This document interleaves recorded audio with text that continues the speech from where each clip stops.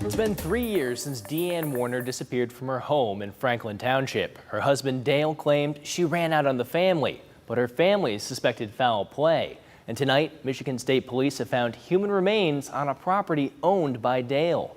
Police found these remains after a search on family property was conducted on Friday.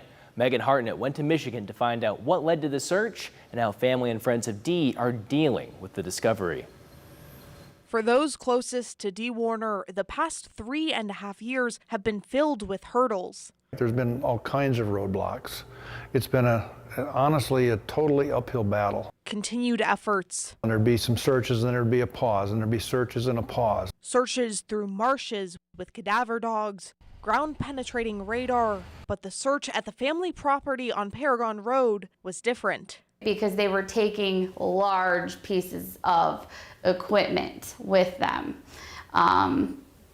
So we could tell that there was a little bit more to it. Gregg Hardy, Dee's brother, says Friday's search wasn't sparked by a plea deal or a new tip-off, but rather continued collaborations between the family and the Michigan State Police. Family spokesperson Kathryn Adams says MSP went to the site on Friday looking for an anhydrous ammonia tank. These tanks are used to hold nitrogen fertilizer for farms, and one of the tanks found at the property had a notable difference. Welds, that's what set that one off, because the welds were not the same, because these tanks are welded in the factory. The welds are perfect, and these welds were not, and not where they should have been either. Adams says the tank was freshly painted and had a "Do Not Use" sticker on it, catching the attention of MSP. Prior to opening it, they did an x-ray to determine that there was in fact what appeared to be a human body